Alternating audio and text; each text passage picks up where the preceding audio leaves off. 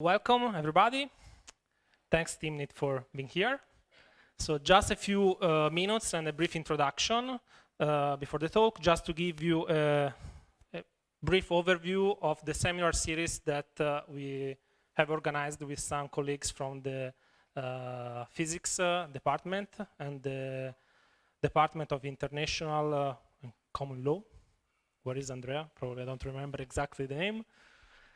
But anyway, so this is actually the second seminar of the series. And so I'll give you just a few pointers. In general, the idea is to have some interdisciplinary events, so not only seminars, where the goal is to, from different point of views, to have a perspective of the impact of AI and technology in general on society.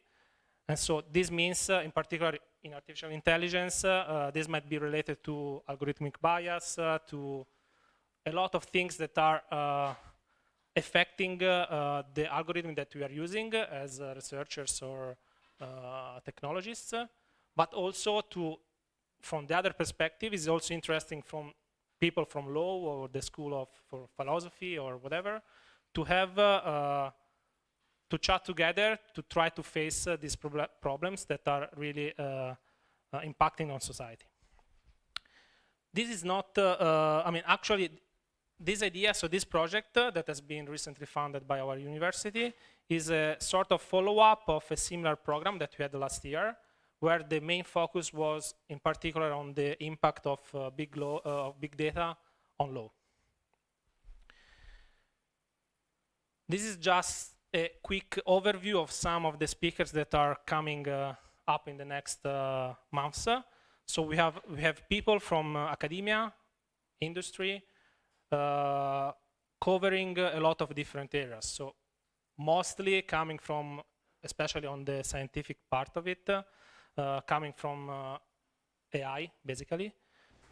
But also, especially, just to give you some examples, there is some former colleagues like Carlo Dalmuto that is now applying AI at Airbus in the US. So in that case, the talk will be about autonomous navigation systems in a particular scenario of airplanes. Then we have people like Frank Pasquale or Herzog and Sullivan that are coming from the law. So here we are really trying to see some of the most recent problems that are arising in the application of AI systems for a large variety of situations. Coming from background check for people, where there are several problems related to bias, or similar scenarios. So before going to the talk, you already seen this.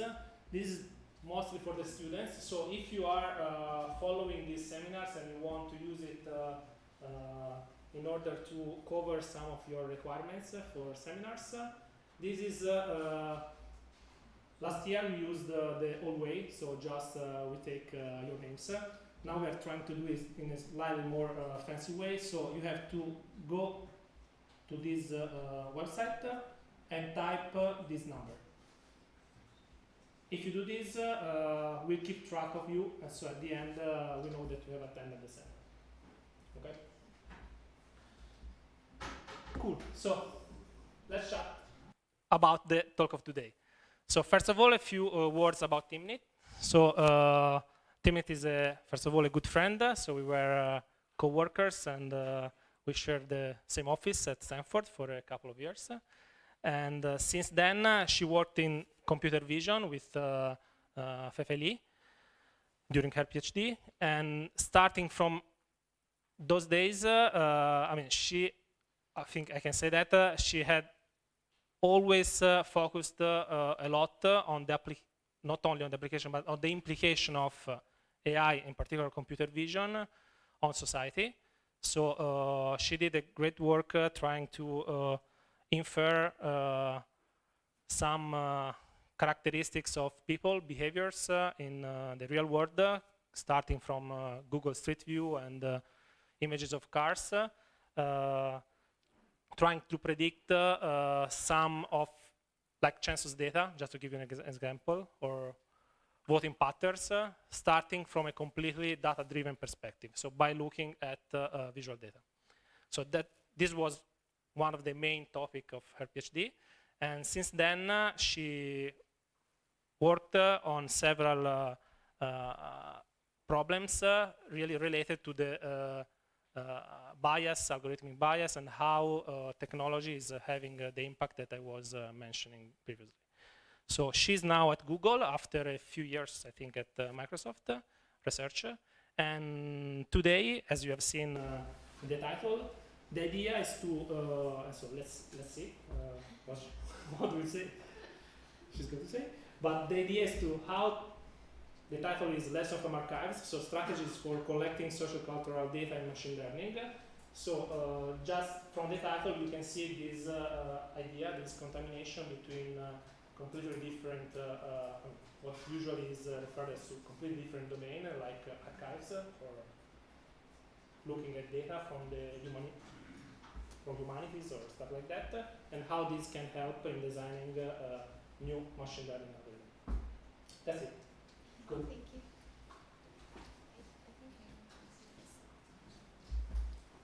Can you hear me? Yes? Yes, right? Okay, cool. Thank you for that introduction. So, you know, I've been trying to come here for a while because this is where my dad got his PhD many, many years ago. We were trying to figure out, I think it was like in the 60s. And it could be like, he did electrical engineering, so it could be like in the building somewhere over there. Also, my uncle studied here, but I didn't stay here, so I can at least give a talk to keep the connection going. And so, let me see. This might be fine, right, if I do this? Okay, yeah. So I wanted to talk about, so at Google, we have my colleague Meg Mitchell and I have a small team called the Ethical AI team. And the number one thing we're trying to do is have an interdisciplinary team. So have people from computer vision, natural language processing, social science, and it's been just creating infrastructure for social scientists to be hired at Google as a research scientist. It's kind of like a new thing too, because all the interview process is not created for someone who is a social scientist. But we think that this, like you were saying, we think that this is really important for this kind of research that we're doing. So this paper, today I wanted to talk a little bit about this paper that I actually just published with my colleague Unso, who is a historian. So she is a history PhD student focused on archives, and but she's also interested in natural language processing. So I think that's why this kind of application of her knowledge from archives into our setting could happen. And then we published it at a conference called Fairness, Accountability, Transparency, and Socio-Technical Systems. We just changed the acronym to be FACT. So I was just at the conference. If you're interested in this kind of stuff, I think you should check it out. FACT is a conference that just happened in Barcelona.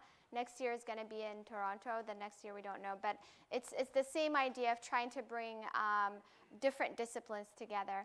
Another conference that you might be interested in, if you're interested in this type of interdisciplinary topics of AI and society, is also AIES. And AIES is going to be held, it's always held in conjunction with AAAI. And so AIES is happening this coming week, Thursday and Friday. Okay, so please feel free to interrupt me and ask questions in the middle if you have questions.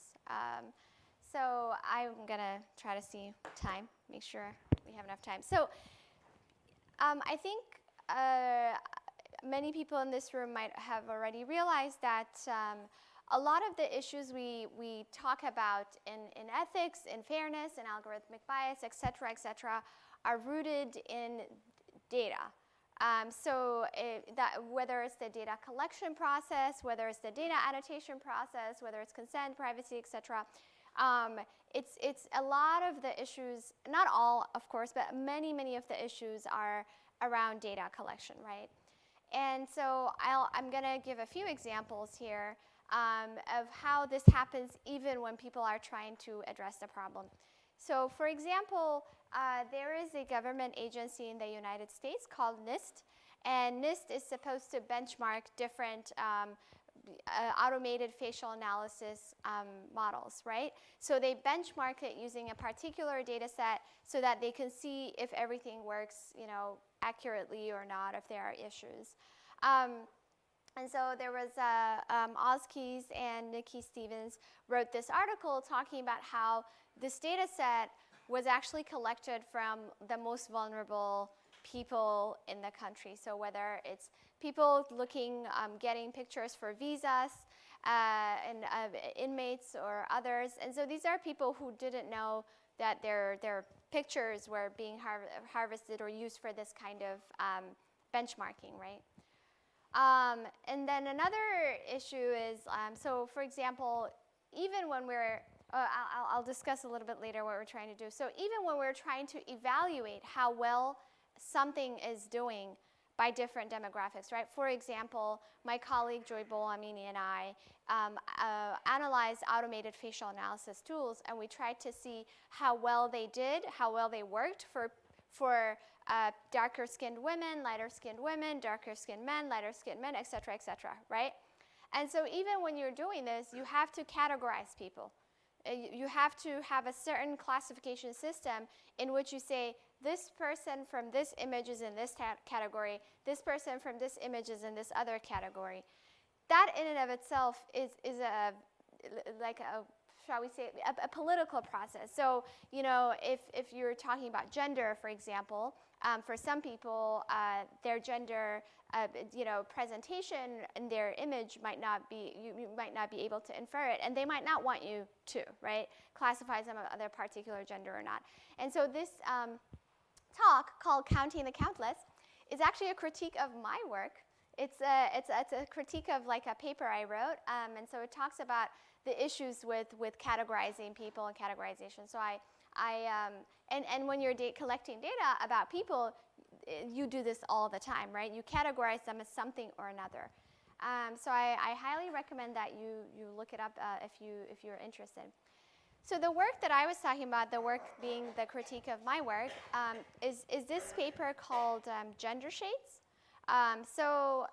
This paper came about like this. Actually, Joy's a superstar. There's now a documentary about her, Kathy O'Neill, Meredith Broussard, Amy Webb, Zeynep Trafucci, that just came out at Sundance. It just premiered at Sundance. I haven't looked at it, but anyways, so this work came out like this. So Joy was an undergrad, and while she was an undergrad, she was doing some art project, right? She wasn't like interested in, she calls herself, I guess, an accidental activist. That's what she told me. She was just doing an art project, and what she wanted to do is she wanted to use an open source computer vision face recognition system, or face detection system in this case. And so she wanted it such that, like, when she smiled, she wanted to create some art project such that when she smiled, it detects it and colors some color, right? Like, she was like, I just wanted to paint walls with my smile. That's all I wanted to do. And then now she's in a documentary about algorithmic bias.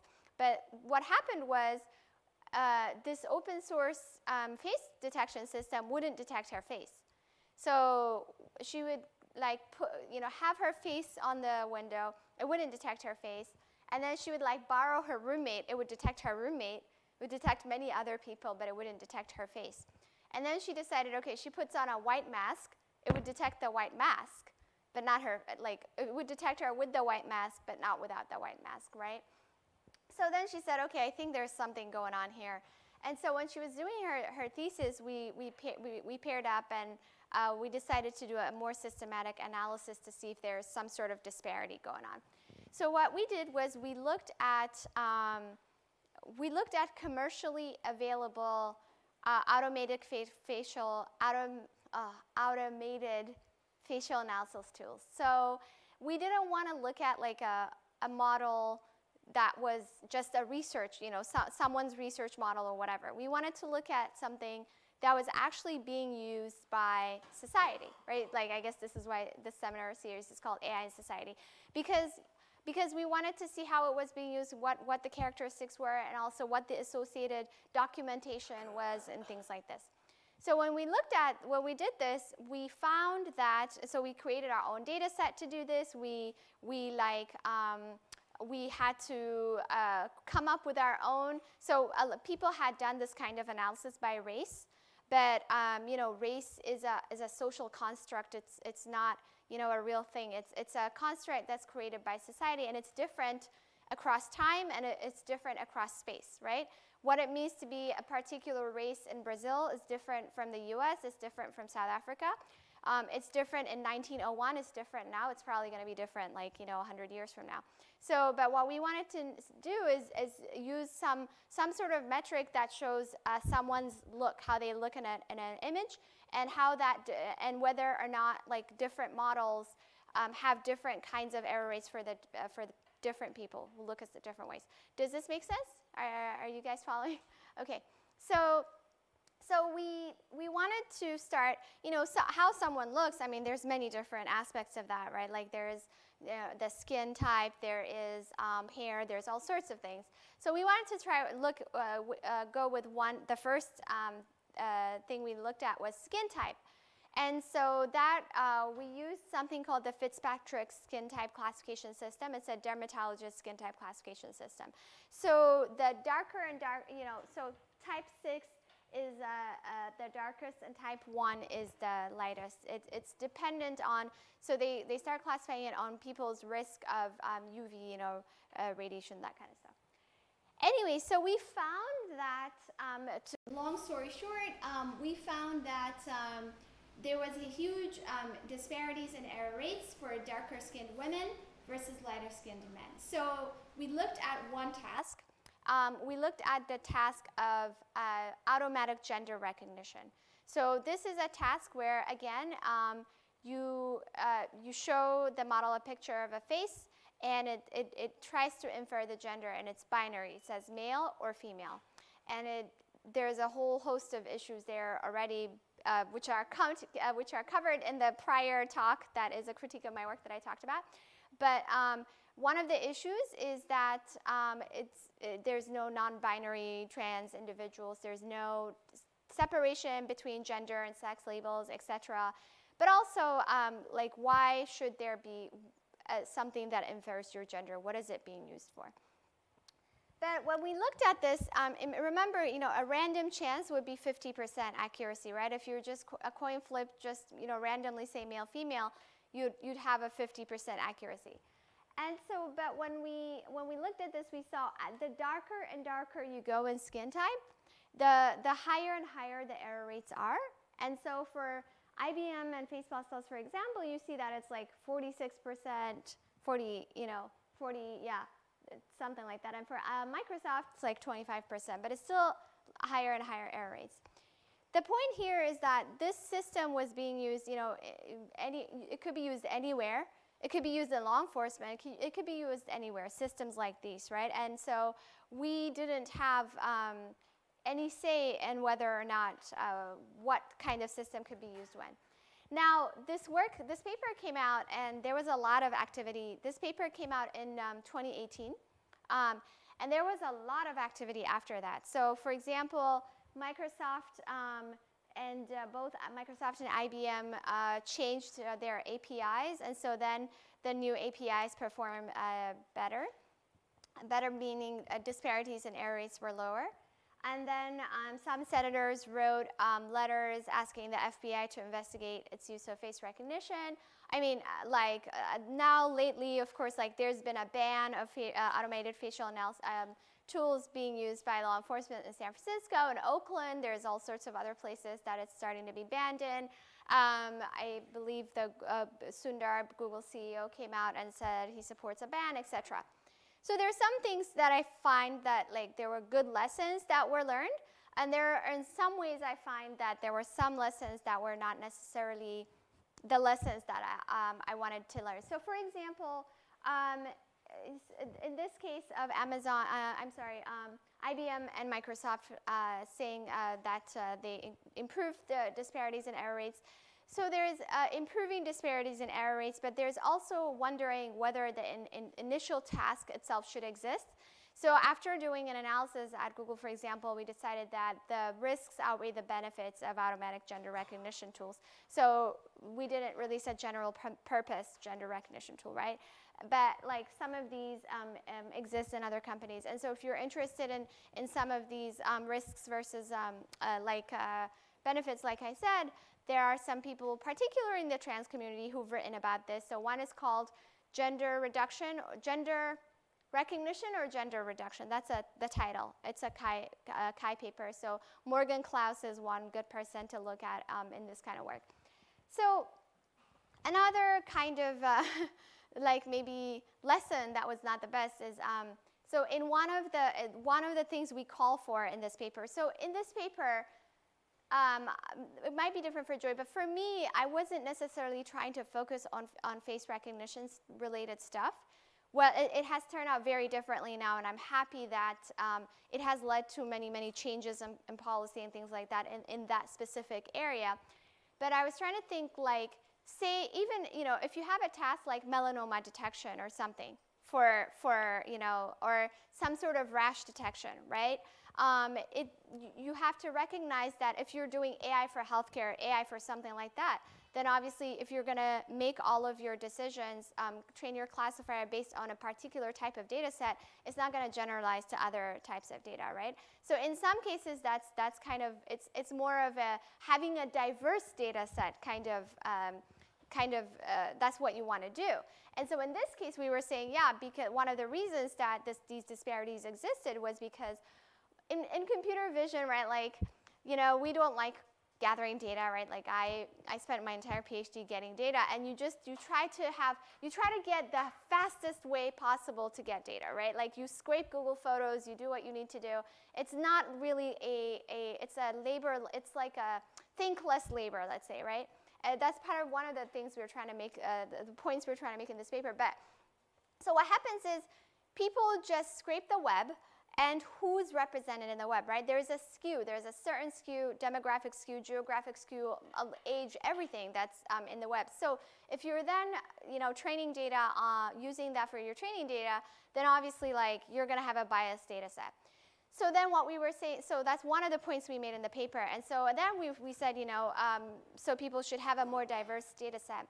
So a lot of companies took that message, and so IBM had, for example, released a diversity in faces data set to do more testing. But then the problem with this data set also was that it used flicker data. This is a problem within computer vision in general, actually. Like, I think the field is reckoning with this kind of stuff.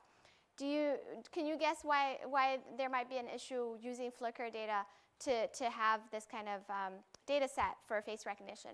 So, Flickr gives you the license to do this. But the thing is, many people, when they uploaded their child's photo in 2008 or whatever, they weren't thinking that it would be used in a face recognition system like in 12 years later, right? So now that's becoming an issue. Nobody's consent was really sought. So while trying to fix one problem of getting a diverse data set, you're now creating another problem of like where to get that data set. Again, like at Google recently, there was a vendor, a subcontractor for Google that was tasked with getting more images of darker skinned people for the phone, but some of it was being done in some dubious manners, right? Like the incentives. So like they were trying to, again, like this person was not really telling people what the data was being used for, and they were trying to like get as many faces as possible. And it was a little bit more predatory, right? Some people have this term called predatory inclusion. And then this other, continuing along the line of getting more diverse data sets, this is another thing that's happening. China has a huge face recognition network, right? And so, but they need African faces because, you know, more diverse data set. And so, but then this is how the African faces are being collected, right? Like people in Zimbabwe probably don't have any idea that their faces are being used for these systems. So this whole thing is just to say, you know, there's many intricacies surrounding data, right? It's not just, you know, it's not just as simple as have a more diverse data set. It's also about categorization and labeling. Sometimes you're labeling people in a manner in which they don't want to be represented. Sometimes you're working on a task that should not exist, and so what does it mean to have that task equally well across everybody if the task itself should not exist in the first place? So one example here is, you know, this is my collaborator. She's a historian, so she always just digs up these things that are. So this is from the World War II era, and it was a news article that's trying to teach people how to distinguish between Chinese Americans and Japanese Americans, because you don't want to bully the Chinese Americans, but you want to bully the Japanese Americans. And so here's how you can, you know, figure out which ones are Japanese, right? So it's not like people haven't been doing this, right? It's not that individuals have not been trying to do this kind of thing. It's just that it's now happening at a much larger scale, right? So some people ask me, you know, why am I so nervous about face recognition, use that scale, et cetera? It's because it allows us to do what we want to do, regardless of what it is, right? Like at scale. Right, and so you can recognize 2 people, a few people, but you can't recognize 5 billion, 6 billion people, right? And so when you can do that at some level and you have a whole surveillance network, there's many more things that can happen than when you recognize a few people here and there. So I'm sure, I'm not sure if you've heard about this news where like Muslim minorities are being targeted. And they're being targeted basically in the manner that I showed you earlier. It's just that now it's being done, you know, automatically, you know, in an automated manner using automated facial analysis tools. But, you know, I always have a pet peeve in the U.S. when we always like talk about China as if, you know, China's the bad country and the U.S. is like the nice country. There's a lot of stuff happening in the U.S., right? So one example is I always follow the Center for Privacy and Security at Georgetown Law, and so they track the use of automated facial analysis tools by law enforcement, by immigration, customs, et cetera, et cetera. So this is a report they came up with in 2016 called the Perpetual Lineup. And they talk about how 1 in 2 American adults is in a law enforcement face recognition network, right? So 1 in 2, and so, but they were, and the law enforcement was using it however they wanted at the time. There was no requirement for them to let us know what the accuracy was. For example, like I said, they could have used systems like the ones we showed that have disparities, and then, you know, to identify suspects and things like that. And then imagine you identify a suspect. There's also the thing called automation bias. Have you heard this term, automation bias? So sometimes people can just trust the system, right? Like it might be wrong. It says, you know, it tells you like that suspect is someone completely different from who it is actually. But like you might actually trust that the system is correct when it's not, because there's this notion of automation bias. So Ayanna Howard and her collaborators at Georgia Tech actually did a really interesting study that showed that, for example, they simulated a fire, like smoke coming out and stuff like that, and then they had this robot, and the robot would like just try to guide the students, tell them where to go. And the students just followed this robot regardless of where it was taking them. It would take them towards the fire. The students were just going, it might know something I don't know. Like maybe this is the best route. Maybe, you know, I mean, I'm sure we've all done this, right, with maps or something. It's taking you some random direction, and you're like, maybe like traffic is bad. Maybe, you know, you kind of try to explain, like maybe it knows something I don't know. And so that type of trust is called automation bias. And so in conjunction with automation bias, if you have tools that are highly flawed, especially systematically, and then you're more likely to trust these tools, and then you use them in high-stakes scenarios, and you generally use them in a specific population, right? In different countries, there are different groups of people who are always sort of marginalized, and then most of the time when there's surveillance and things like that, those are the groups that are targeted, right? And so, and then when you use flawed systems on that particular group, then it ends up being even more of like a double punishment for people in this group. But actually, they had a second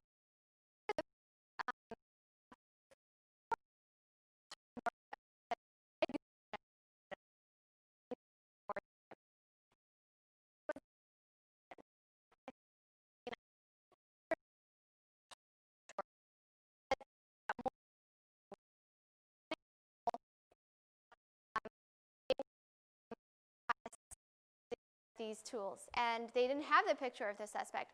But one of the police officers was like, "Oh, this guy looks like Woody Harrelson, who's like a famous actor." So what they did was they took a picture of Woody Harrelson online, photoshopped his eyes to look something. I have no idea what they did, and then put it in the system to get the nearest neighbors, so that they can then go after those nearest neighbors, right? So this is not how these systems are supposed to be used, right? So in terms of AI in society, like the STS, Science, Technology, and Society people have come up with a term called sociotechnical, right? Sociotechnical means like technology is not, it's not living in a vacuum, right? It's living in a system. The system includes people who are creating it, the documentation around it, whatever political situation you're in, whatever the socio-political status is of different groups of people. So we have to look at technology in that socio-technical system.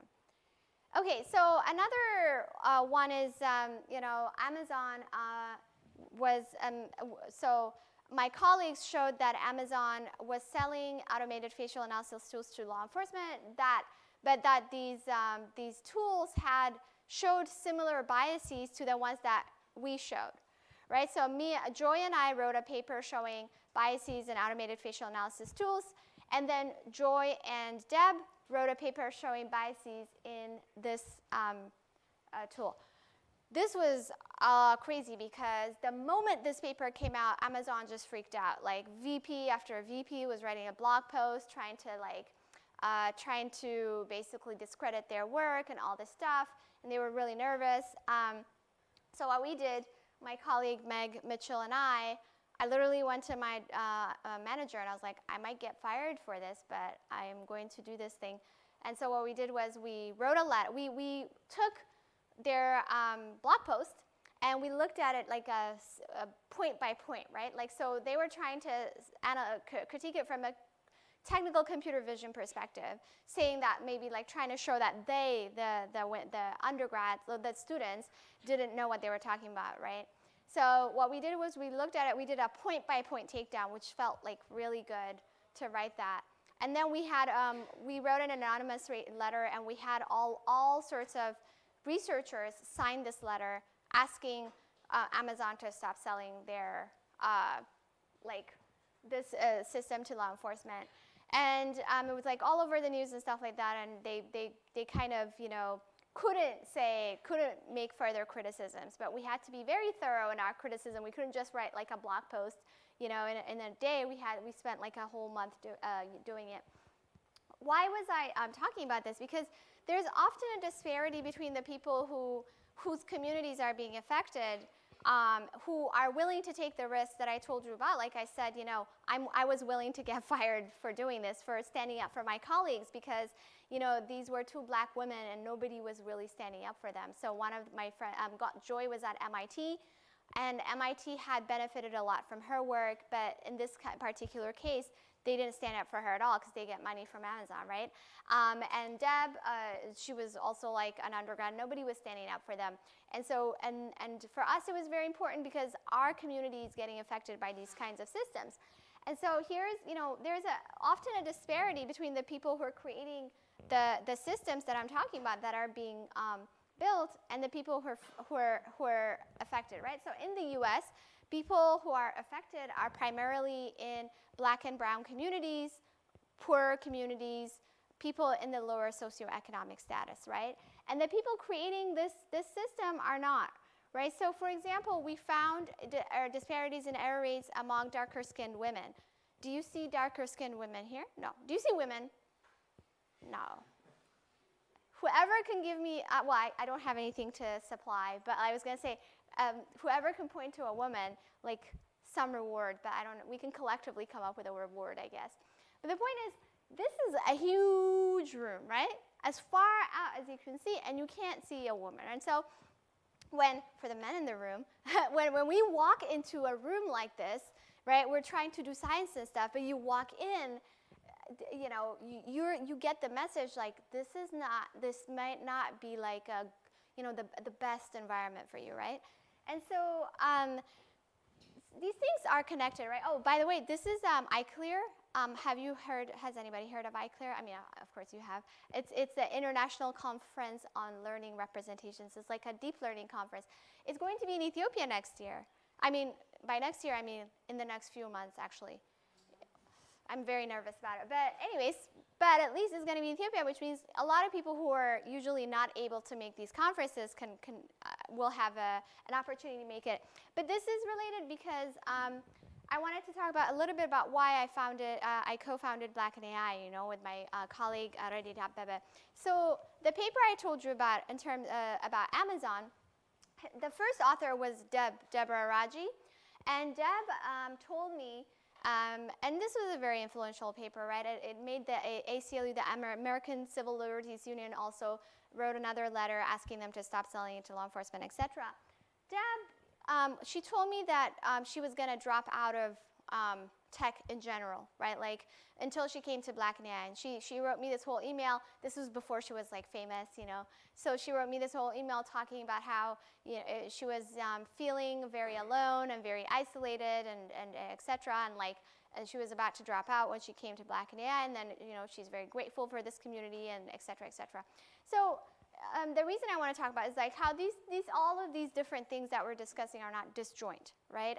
Who's creating the technology, who's benefiting, who's not benefiting. They're all things that are related here. Now a lot of people are taking, so this is important because a lot of people are now starting to take the issues of fairness and ethics seriously, right? It's becoming a mainstream topic for people to study and discuss, which is good. But then again, there is what do you call it? A danger here. And the danger is if a set of people are discussing ethics and fairness and bias and the negative impacts of AI, and that group of people does not include the most vulnerable of the groups, the people who are actually being affected, that's not going to work, right? Because the people who are being affected by this are the ones who actually know very well the negative impacts of this technology. So that's starting to happen in Silicon Valley, right? There's starting to be these ethics panels and ethics boards, et cetera, that don't include people from the populations that are most negatively affected by AI, right? And so I think this is something we should really make sure to address if we want to make sure that most people's voices, everyone's voice is represented. All right, it's funny. So my paper, like I'm like going through this and that, and then like the actual paper is gonna be like 5 minutes, is what I'll tell you. So anyway, so in the paper, one of the arguments we make is that in our field, for example, in computer vision, in machine learning, a lot of times when you look at papers, when you look at conferences, when you look at things that are respected, a lot of work around data is just not, you know, it's just like grunt work, whatever, like it's not really considered like real work. The real work is like the algorithmic kind of contribution that you make, you know, whatever improvement you do. And so my argument is that this is not right, because there is a lot of stuff that happens in, you know, most of the time you spend 90% of your time working on the data, 95%, and the last 5% on the algorithm, right? And also, many of the issues we're discussing here have to do come up during the data gathering process. And in fact, this great paper by Ken Holstein and others had interviewed industry practitioners, asking them what kinds of guidelines they wanted. And a lot of industry practitioners were saying, like, the literature on fairness, so like the conference I went to, this conference that I just went to, is a lot of it is about debiasing something, or, you know, having a regularizer on your model or something like that. Very few papers are written or guidelines are written about data. But actually, most industry practitioners are trying to see how they can have interventions on the data side, right?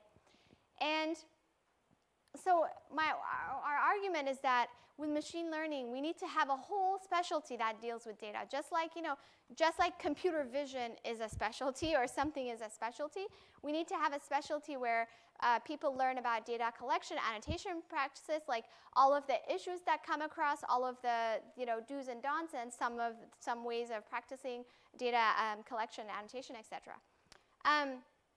So I think, I mean, some of the things I tried to cover up to now, issues that come up in terms of data, is consent, the power dynamic, who owns the data, so who can use it on whom, and who doesn't own data, right? Like, what does that mean? Inclusivity, having diverse data sets versus not, but also how do you gather those diverse data sets?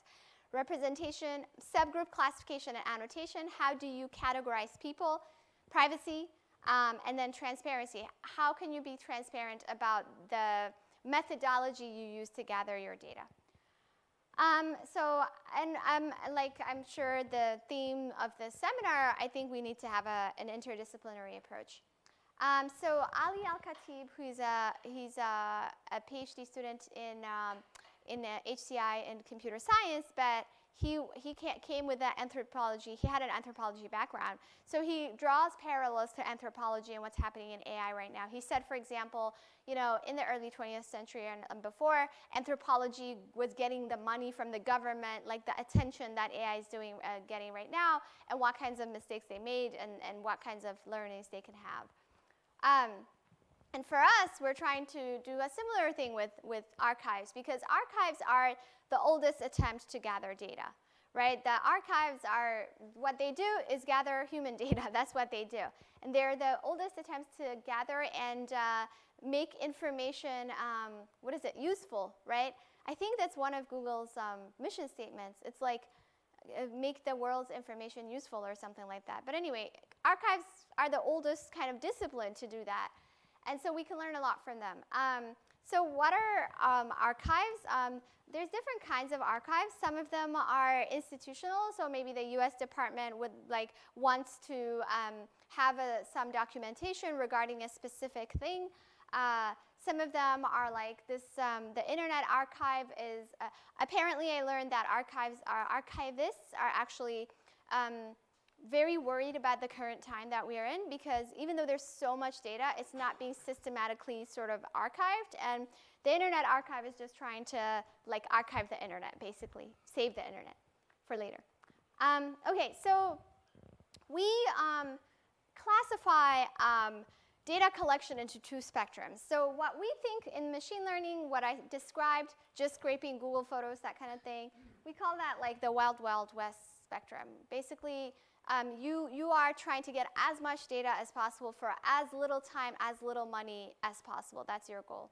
And then in that case, we call it the curational data collection spectrum, which is the opposite of the wild, wild west spectrum, where you're analyzing every single document to try to see whether it should be in your data set or not. So there's there's pros and cons to the spectrum, right? But what we're trying to have people think about is where in the spectrum we want to be, right? And we don't think we should just be in that spectrum. There's issues there. We don't think we should be in this spectrum. There's issues there too. Actually, there was just a news story that came out where the National Archives blurred all protesters protesting President Trump. So that was like in the National Archives. So protest signs were blurred, right? So that's an institutional curational archive where someone decided that that's what they're going to do. That's the kind of power they have. So in archives, there's a professional curator that curates the data, someone professional who's hired to just gather the data and determine do what's called an appraisal, determine what aspects of which documents in a data set should be kept, which ones should not be kept, etc. The objectives is it's not mostly for commercial purposes or anything like that. It's usually to like preserve some sort of memory, and it's usually a limited scholarly audience, and the whole process is very slow, right? There's no move fast and break things situation in the archives. So again, each document is carefully considered, but the agenda of the institution kind of is what drives these archives. In that case, you try not to have the agenda of the institution drive it, but actually, like, you do, right? I think it's in the opposite, in the Wild West spectrum, we are under the illusion that there isn't an institutional agenda, but there is, because when you just look at the demographic of the web or whoever you're gathering data from, there's usually an agenda that you have, right? Like to maximize profit, for example. Okay, so that one is interventionist. That one my collaborator calls laissez-faire because I don't know. I mean, I know, but she's a very scholarly person, so she's like, this is laissez-faire, this is interventionist. So in archives, there's a lot of documentation. I personally, even myself, wrote 2 papers about how data gathering needs to have documentation. One is called Data Sheets for Data Sets. Another one, of course, all with a lot of collaborators, called Model Cards for Model Reporting. It's about how documentation and process is so important. And of course, archives have been doing this for a long time. I didn't know that. So first of all, what they do when they gather a data set is they have a mission statement. They say, what is the goal of gathering this data set? Before you even do it, right? What are you trying to accomplish? That's not really what happens right now in machine learning. You don't write a mission statement, right? And then based on your mission statement, you have a collection development policy. So a lot of times, we have a case study in our paper for specifics, but for example, a lot of times what people do is they don't have a collection development policy. They're like, okay, let's scrape Reddit. Let's scrape, Google Photos or whatever, right? It's not like a development policy. It's like that's data that's available. Let's look at social networks. You're just kind of thinking about the data that's available and how you can use it. Whereas in this case, you're looking at what is your collection development policy based on your mission statement. Then you make a list of, like, let's say what their potential sources are and what's missing. If, for example, you have some different minority groups missing, you try to partner with minority groups to gather data, etc. Then the appraisal process happens, which is like analyzing each document to see if this document should be in this data set or not. Then there's further processing. So my point is that there's a whole infrastructure around data gathering, right? I don't need to go through this. I guess I can. So it's interesting to see that there are shared concerns between archives. So for example, reinforcing cultural stereotypes is something that we've been talking about in AI now, and this is something that they've been talking about before in archives. So another example is like what we can learn from them is the power dynamics, right? So who has data, who doesn't have data? Like I read that once GDPR came out, do you all know GDPR? Oh, yeah, everybody. Okay, I was going to say let the lawyer explain if you don't know GDPR. What? They already know, yes. Good. Okay, so when GDPR came out, I read that the stocks of larger companies like Facebook, Google, etc. went up, and the stocks of smaller companies went down. because it's easier for the larger companies to comply, right? They can hire people, they can have all sorts of infrastructure, they can study it, where the smaller startups and stuff are at a disadvantage. So one of the things that people have been talking about is data consortiums. So in archives, similarly, you know, smaller institutions band up to create consortiums, so that this allows them to share resources, to pool resources, and have like you know, a specific archive data set that they want. Maybe they each are located in different geographic locations, and so maybe they want to have, one institution has archives from a particular location, another institution has it from another location. And so there's many institutional models to look at, and so now that people are talking about data consortiums in AI as well, we think that it's good for people to look at the data consortiums in archives rather than reinvent the wheel, because there's pros and cons to those. Another interesting thing to look at is, I talked about categorization. There are many times in machine learning where people are categorized as something, right? Like, in the extreme, they could be categorized as like dangerous or something, right? Or in the non-extreme, even something that seems innocuous, like inferring gender or something like that. So in archives, this problem also existed, because usually one group of population would gather data about another population, and this other population wouldn't feel like they were accurately represented in the data, in the archives that this one group collected. And so what they started is community archives, participatory archives that are ran by particular communities, so that they can determine themselves how they want to be represented in a particular archive. That's another thing that we think can be applicable to machine learning. The last one I'll talk about is code of conduct. So in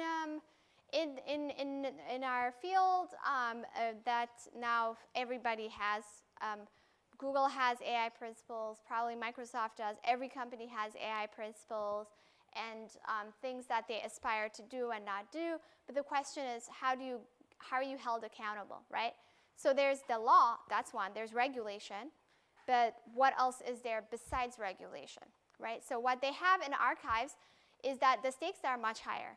So first of all, each curator is a professional. You know, each person does this professionally full-time, right? And so they have a membership to different institutions.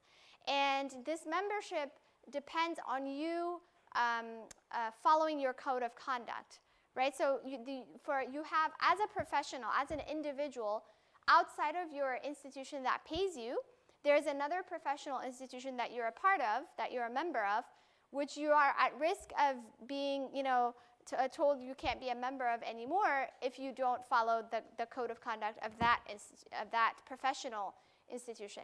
In addition to that, you have of course the company, whatever, the institution that pays you. But the problem is, it's harder to, like, you know, go against the institution, incentives to have the institution, the primarily company that pays you, right?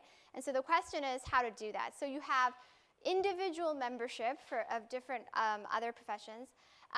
I guess it's like lawyers being disbarred or something like this, probably. I think that's the closest analogy that I can come up with. And then you have, of course, the code of conduct of your company, but then there's also cross-institutional codes of conduct, right? And so this is something that they've developed over time that we should probably look at. I think, so I'm just going to basically close by saying, you know, there are, so we talk about societal biases. They enter in many, many respects, right? So they enter when we formulate what problems to work on, what task to work on, what task we think is important, what task we don't think is important. Of course, that is driven by our biases and who we are and where we live, etc. And then they enter, of course, when we collect training and evaluation data. And then they enter when we work on our models, like for machine learning or computer vision researchers. And then when we analyze how our models are used in society. So if someone says this model works, what does that mean, right? That's based on your biases as well. But currently, in our field meaning, AI and related fields, what is really, really kind of respected and rewarded is this, last point of architecting our models and loss functions, right? But actually, how can we address all of these other things if the only thing that we're working on and publishing on and respecting is one of those last points, right? So the point here is trying to say that we should kind of think about all of these other things in the field and not solely focus on architecting our models and loss functions. That's all. And of course, we should have interdisciplinary. We can't, there are other disciplines who have studied many of these other respects, and so we can learn from them. And so we should have interdisciplinary classes, interdisciplinary conferences, etc. It's easier said than done. Let me tell you. I mean, this is hilarious. Like for our conference, some people like there's 8-minute talks. Some people are like, these 8-minute talks are great, and some people are like, oh my God, these 8-minute talks are terrible. You can't say anything in 8 minutes, and it's across disciplinary boundaries, right? Some people like more computer vision, computer science. Others are like less computer science, right? Like so, it's very difficult to have a good interdisciplinary kind of space. But I'm glad to see that you guys are doing that. Thank you.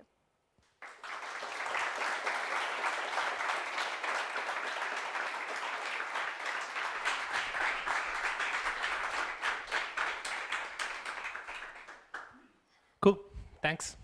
So we have plenty of time for questions. So let's try to do this. Okay, raise your hand if you want to ask a question, and I'll try to give you the microphone.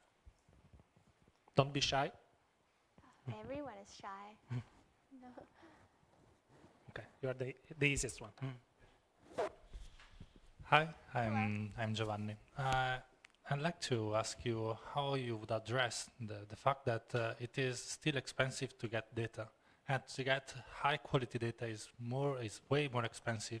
Yeah. And now only the big companies are able to gather very much data. That is the main fuel for good models, actually. So I think that is more utopistic in that way at the actual state of what I know, actually. I didn't know if you already, well, I think so, but I don't know if you have already thought about that problem that arises. Yeah, I mean, I have thought about it to a certain extent. So one of the things that that I advocate for there is the data consortium. So like, nonprofits and different like smaller companies could pool resources together to have a data consortium where they have a shared sort of data that they can use. And so that's one learning from the archives, that they do that. Another, I mean, this is not going to solve a problem, but another thing I personally work on is I work on generating synthetic data sets to help train and evaluate certain types of models along certain dimensions. And I think that helps in some cases, but it doesn't solve the entire issue. One of the things my collaborators and I wanted to do, for one thing, was to have an evaluation server. So we had a data set that we couldn't release, but we wanted it to be available to other researchers. And so one of the things we were thinking about was to have an evaluation server where you can use it to evaluate your model, but you don't have access to the data. And I wonder if there could be services like that too, like even for training, right? Like where you don't have access to the data, it lives somewhere, but you have a data sheet, which is from my prior paper, like that tells you a lot of the different characteristics of the data. Perhaps that, things like that could be done.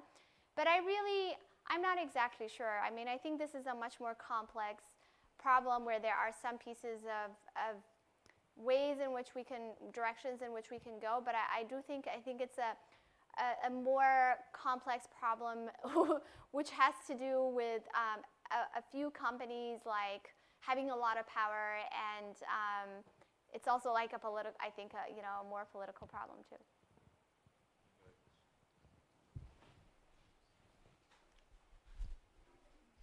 Now it's getting hot. I'm going to take over. Thanks for the talk. I have one question about the ethical components of data collection. Yes. So it seems to me there's real interest within data science for ethics, for the ethical components. And it might seem quite natural, but everybody's singing the same song. So everybody is very pleased with this kind of research, and everybody is very attentive and pays a lot of, is very careful about, at least theoretically, on how you should handle data, how you should collect and process them, okay? Normally, ethical constraints work in markets when you can either kick off the market those who don't comply, or there are multiple providers of services. So you say, I don't want to go with them, I just choose those folks because I like the way they process data, for instance. Yeah. And it's quite troubling to me. Perhaps it's just because I'm a lawyer, but it's quite troubling that everybody's singing the same song. Yeah. Everybody's very saying the same words and seems to be interested in the same values. Whereas if you look at laws, there's a wide gap between American and the European approach. Americans say consent is crucial, is the core issue. Whereas the Europeans say, I don't care about consent, because consent is very artificial. So it seems to me that we would need more transparency, also in ethical terms, what we want to achieve when we collect data. Are we serious about what we are giving away when we decide to collect data in a certain way? I'm wondering whether you feel the same way. Yeah, I mean, obviously I'm not a lawyer, but I learned a lot about consent, and it's ridiculous. Like, I cannot read everything. You know, I just used the Wi-Fi on the airport, and I had to consent. Like, I'm not gonna just say I don't consent. Therefore I won't use Wi-Fi, right? And so I don't. So those kinds of things I agree with. So I'll start on a few things. So I don't think everyone is singing the same song. Like, I think you're right, theoretically everyone might be singing the same song, but like, it's when it comes down to what it means, like when it comes down to execution.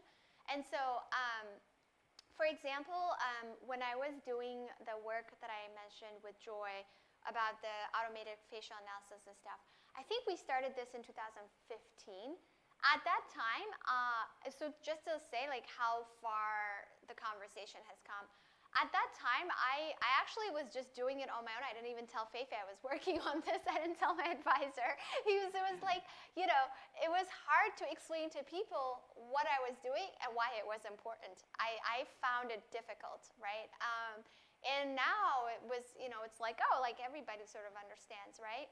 And so in that sense, I wouldn't underestimate like how much stuff has changed. And even now, I think actually, even in terms of research, there is a split, like there's multiple splits in the community. So there's splits of people saying technical fixes inherently are just, you know, bad. Like they won't cover, there's one extreme that says technical fixes, they just cover up the problem, and they let companies just get away with like saying we fixed this thing, and they let companies avoid regulation, and they let them self-regulate, et cetera, et cetera. And then there's this extreme that says we're only going to do research on technical fixes, like theoretical stuff, like, you know. And then there is a middle ground. Like I'm in the camp. Like, so for example, the conference that I'm a part of actually is saying like, okay, we have to work on things. We have to have a holistic view of things. So we have socio-technical. And so we have to have interdisciplinary work. It doesn't mean there isn't a space for technical fixes. Like some technical fixes might be necessary, but like they have to be informed by the entire context like that's happening. And you can't work on only technical fixes, right? So even now in the community, there's like a huge split. In terms of companies, I mean, of course they're gonna like say they value ethics and stuff. I mean, you have to, that's a thing that you have to say, right? It's sort of like diversity and inclusion. Everybody says they value diversity and inclusion. It's become, you have to say that. And then it becomes, it's you know, are you really doing it though, right? And so in this case, like I would even say, even in terms of face recognition, for example, so one of the things you pose is, you know, when you don't have a place to go, like I'm not going to use you, I'll use you. But there's also like not just you, but there's also like contracts with governments and contracts with, you know, agencies and things like that. So one company might decide, I'm not going to do it. And then another company would do it. And so then why should this company decide I'm not going to do it, right? So at Google, I feel like we might be having a little bit of that issue where there's a lot of worker activism asking the company not to do this, not to do that. But then when you're seeing like other company, X company Y doing the same thing, it becomes more difficult to say, okay, you don't do it, but like, you know, that. So in this case, I think that then there needs to be actual regulation saying like no company can do X kind of thing, right? So even if you don't have a choice to, you know, moving your data from here to here, no company should do X. That should be an option. I think, you know, Zeynep covers some stuff like this where like she thinks there should be, you know, there should be ways for you, for example, for social networks, there should be ways for you to move your data around. Like in the sense that the reason there might be, it might be difficult to have a competitor to Facebook or something like that is because you can't just take your data and your friends and go to this other competitor. Like it's taken a long time to build. And so she has some, I mean, I don't study social networks, right, so I don't know, but like she has some suggestions on some things that should be done in order to break a monopoly, right? So yeah, like I guess my overall thought about this stuff is that there is a thing that needs to be accomplished in the long term, which I think is like, you know, the power dynamics of people and corporations and monopolies and things like that. And then there's things I think that should be accomplished in the meanwhile, while people are, you know, trying to accomplish the long term. In the meanwhile, so even though I'm talking a lot about data collection, annotation and stuff, that stuff is just being looked at by institutions and companies, right? So Google released model cards, which for the first time, for its production level models, right? Which means it released, so you said transparency, it released certain accounts of what they tested, what they didn't test, what the evaluation metrics are, et cetera, on production level models for like 2. And that was hard. For 2 models, you know, the information that we got, like we were able to have, you know, a lot of lawyers were involved, and you know, sometimes they get nervous about saying that thing versus that thing. They don't want to get sued. They don't want to, you know, that's also the other thing. And so for me, that's a step in the right direction because we are asking institutions to be transparent and to at the very least, give us information about what models they're releasing so that I can make an informed decision about whether I should use this model for my purpose or not. And I think the EU is pushing in that direction too. It's pushing in a direction of asking companies and institutions to give this kind of stuff. But like everything, you know, it's true. It's a complex problem. And so I don't think one thing is going to solve it. Like I think that it's just like there's many different aspects to it. There's a regulatory aspect to it. There is I think there's still space for self-policing. I don't think it should be at all it's not at all like what is it called, like a replacement for regulation. But when I look at other industries, like I used to be a hardware engineer, and there are industry standards that emerge that the industry has to sort of comply with, right, that are not regulation. So I think there's a place for both. I would say, you know, like at a high level, yeah, everybody's singing, like everybody's like, yeah, we like ethics, but you know, when it comes down to what it means, I don't believe it's actually the same with everyone. Great.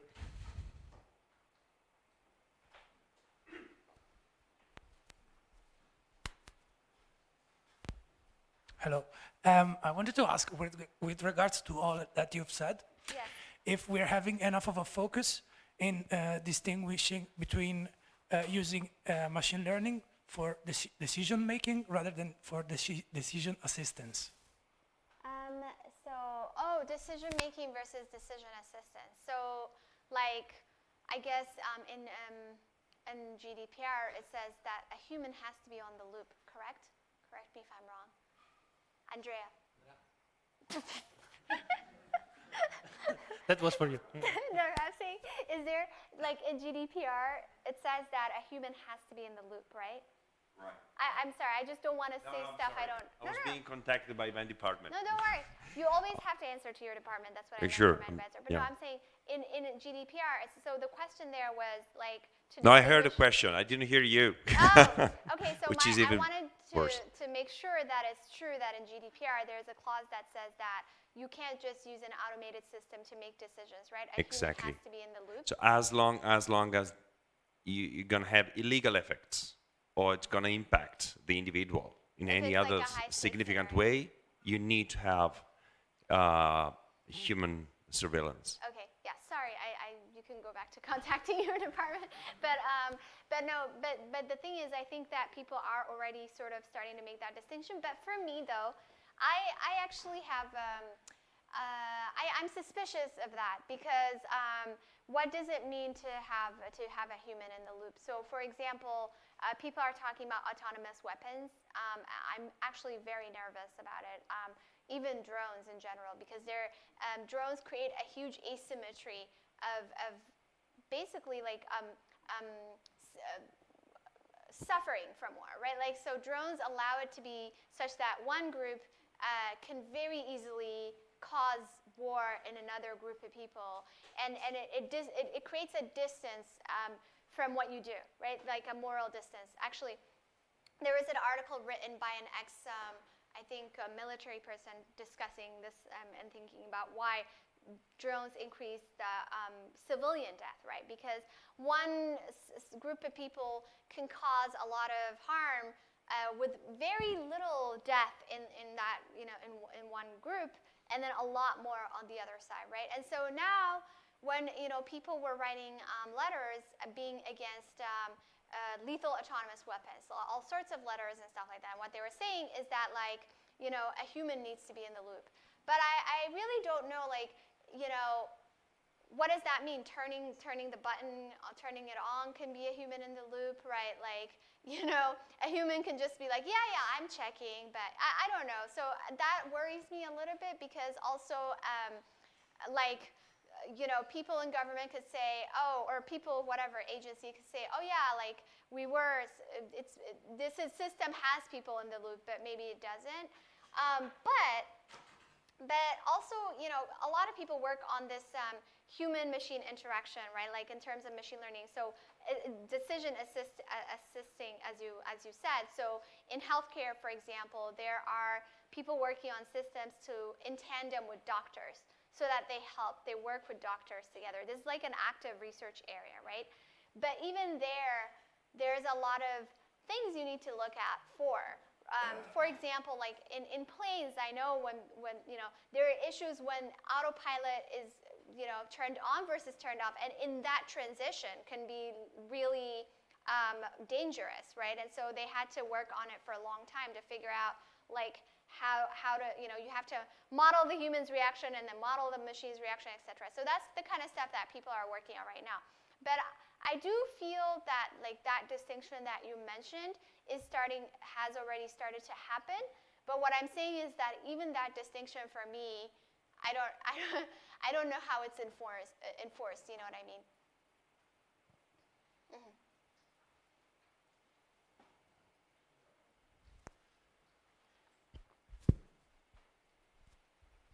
Mm-hmm. Hi, thanks for your talk.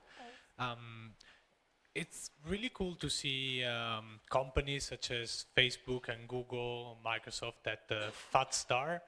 And my question is, do you have a feeling about how much of it is out of authentic goodwill and how much of it is out of an interest in shaping the discussion? And connected to this, given your working on the field, how easy is it to get, I don't know, developers or management on board with this sort of discussion and to have them actually, interested in it? Well, let me remind you, I am employed by Google, and that we are being recorded. So,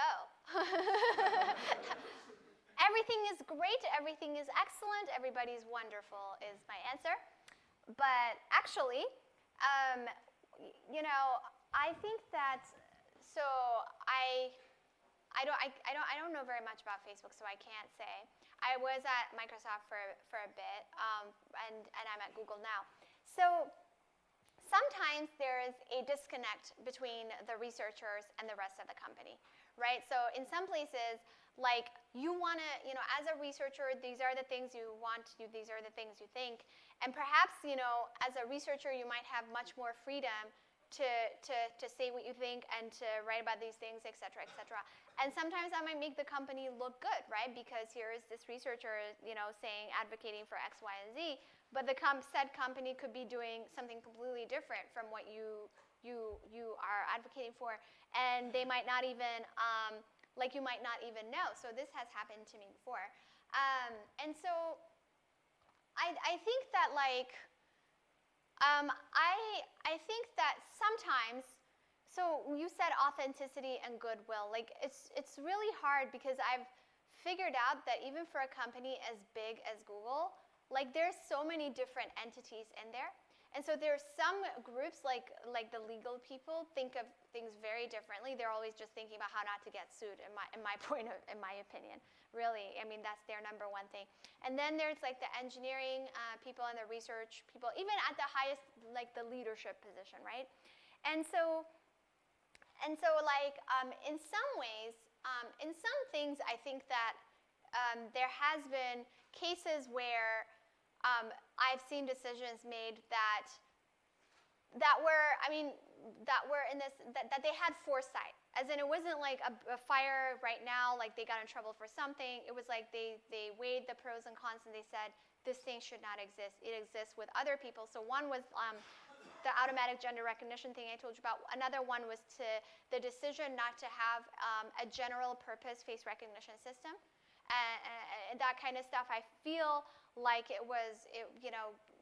isn't regulation around it right now. There is about to be, for sure. I mean, we saw San Francisco, this, that. And so there's some cases where I've seen that. There are other cases where I've seen things being extremely hypocritical. I mean, so for example, one example was the ethics. There was an external ethics board at Google that disbanded. And, so when you have an ethics board, you should think about the makeup of the people in the ethics board, right? And there were just some people in there that, that shouldn't be in there. I mean, we can go into details.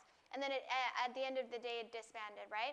And I had raised sort of issues about stuff like this internally. And so some people took it fine, but other people did not at all. So, I always have to raise stuff internally. It's not like everyone always, is just completely on board with everything that I, think that they should or whatever, or our team thinks that they should. We try to create sort of a safe space for our team, like an island a little bit. So in that sense, we have a team. I have my manager, Sammy, who's very protective, and then Jeff Dean is pretty supportive. So in that sense, you try to create your island where you try to advocate for things, and they don't always do the kinds of things you want, and you're not always aware of what's happening in the company. So you might be going around being like, we shouldn't do X, Y, and Z. X, Y, and Z is bad. And then 2 months later, you're like, what the hell? You're doing X, Y, and Z. I'm giving talks saying we shouldn't do this. That happens too, right? Because you don't know everything that's going on. So this has been my experience. And in general, what I found is that PR is good. So PR, so with our paper, Gender Shades, what really helped was that there was a lot of PR around it, and that spurred companies to make a difference. So a lot of times, there's people inside companies trying to say, you should take this seriously, you should take this seriously, and they don't listen to them or whatever. And then when some people externally do something, and then there's PR, whatever, that can help the internal voices, rise up a little bit more, give them a little bit more credibility. So, but at the end of the day, when you cut at the bottom line of a company, when you're discussing something that is a lot of money, like a large sum, a large portion of the income or something, that's when you'll see, right? Like then it really becomes a very different kind of response, right? And so in that sense, in that case, I really don't know if any of this would make a huge difference without any like a big external foundation to hold corporations accountable. Because at the end of the day, you have to look at, if they're in a system where like it's not in their best interest to like, make a decision about a huge, sum of money. I just don't see that incentive right now. So time for last question, maybe two.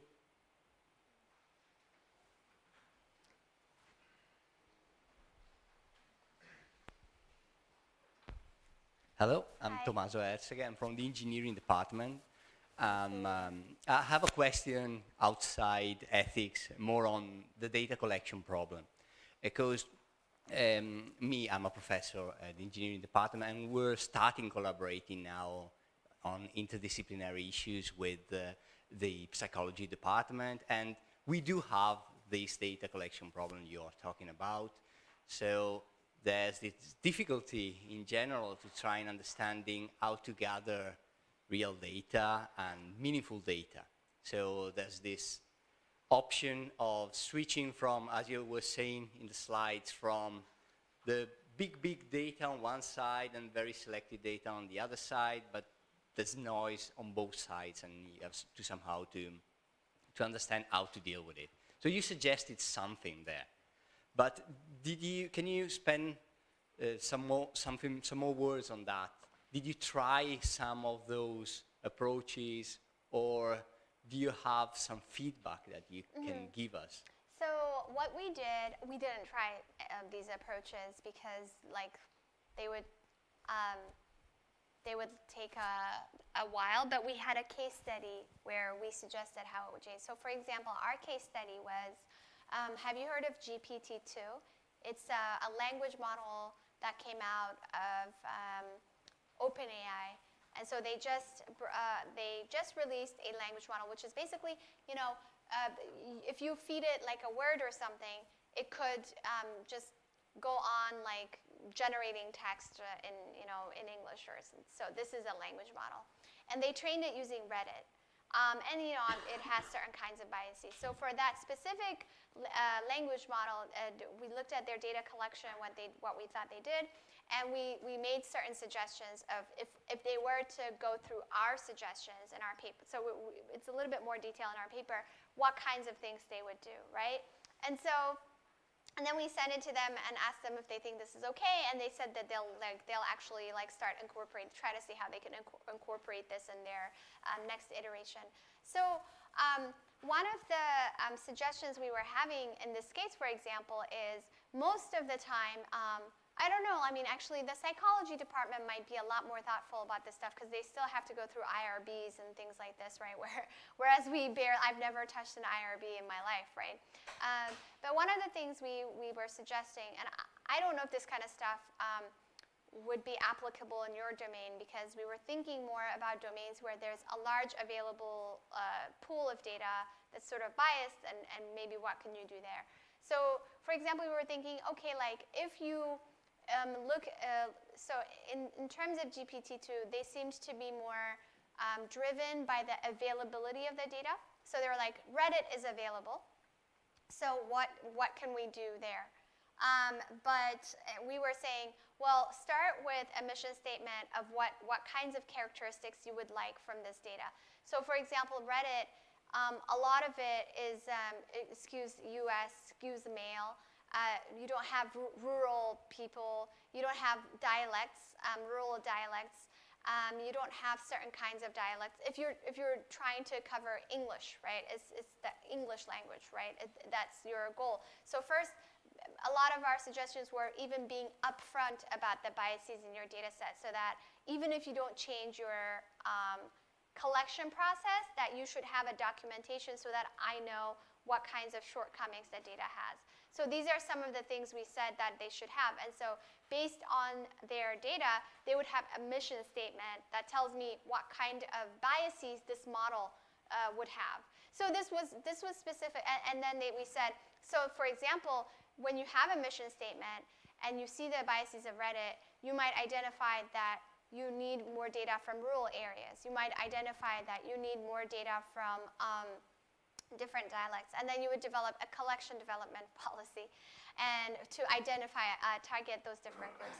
And when you identify a collection development policy, you might find that it's like very expensive to do this or something like that. And then you might see what other groups you can form a data consortia with, or what kinds of specific community groups you might be able to partner with. So for example, there were certain archivists that partnered with Lighthouse for the Blind because they found that blind people were completely very underrepresented, or they would partner with some other organizations for specific communities. So these were the nature of some of the types of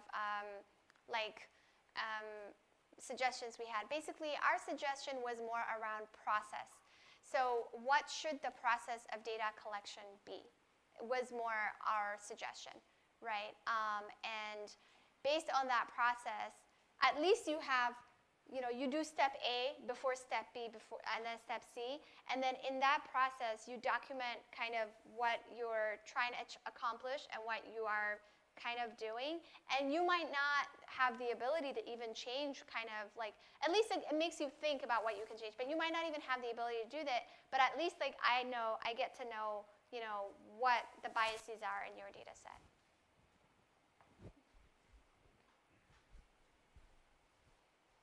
Can I tell you guys a story really quickly? Does he have a question? Yeah, my story is really stupid. It's not really. Okay. No, I remembered that when you were telling them the students to register and for the seminar, I remembered that when I was at Stanford that, all these people have nightmares about being enrolled in a class and never doing the work. Have you had nightmares about this? A lot of my friends have nightmares. They think they were enrolled in a class and then they find out they never went, and then there's a test, or they didn't graduate or something like that. And I never had this nightmare, but it happened to me in real life. So I was registered in a seminar class like this one, where you have to go to a talk. Each week there's someone gives a talk, and then you write about the summary of the talk, and you ask questions and you give it to them. And then at the end of the quarter, the professor writes to me and says, hey, you're enrolled in this class, you've never been to a single one of them, and if you watch the videos in the next 2 days and give me answers, I will, give you a passing grade, but you've never. And I was like, I'm not enrolled in this class. I dropped this class. And we went back and forth, and I see I'm enrolled in this class. So I sit there for 2 days fast, at 2x. I'm watching the videos, writing the questions. Anyway, so I passed, but that was my story. Thanks. So make sure you register and. Yeah, but maybe here is slightly different because they don't register to classes. Oh, okay. It's not. It's not exactly. Okay. Cool. So thank you. See you at the next seminar.